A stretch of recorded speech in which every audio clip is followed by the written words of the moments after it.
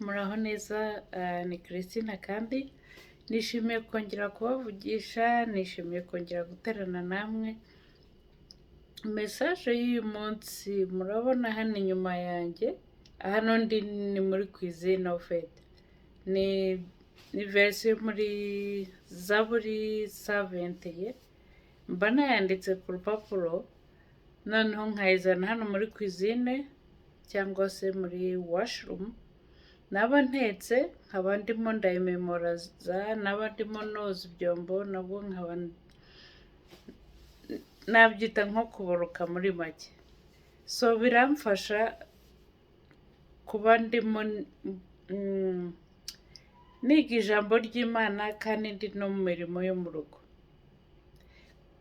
Ibyo hano muri Canada rero byose umuntu arabifatanya.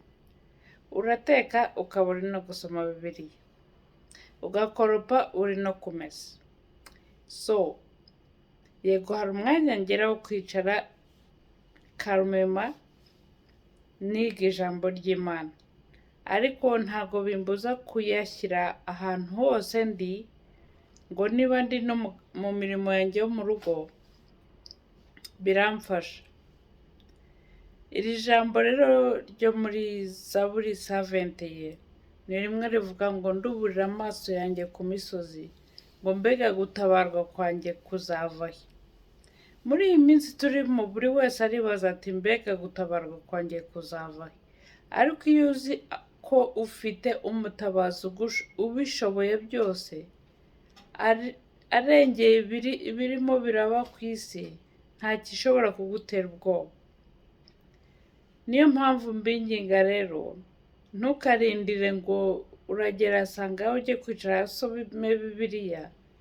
Ushobora gukora nkanjye ukayandika ukayishyira ahantu, ugakomeza imirimo yawe kandi urimo urasoma na bibiliya. Ukaba uri mu byawe kandi urimo unaganira n'Imana mu ijambo ry'Imana. Muri make niko nabyita. Sawa rero, ndabakunda mwese, umunsi mwiza, ijoro ryiza, umugoroba mwiza cyangwa igitondo cyiza, naho utaha. Yari Christine. Bye for now.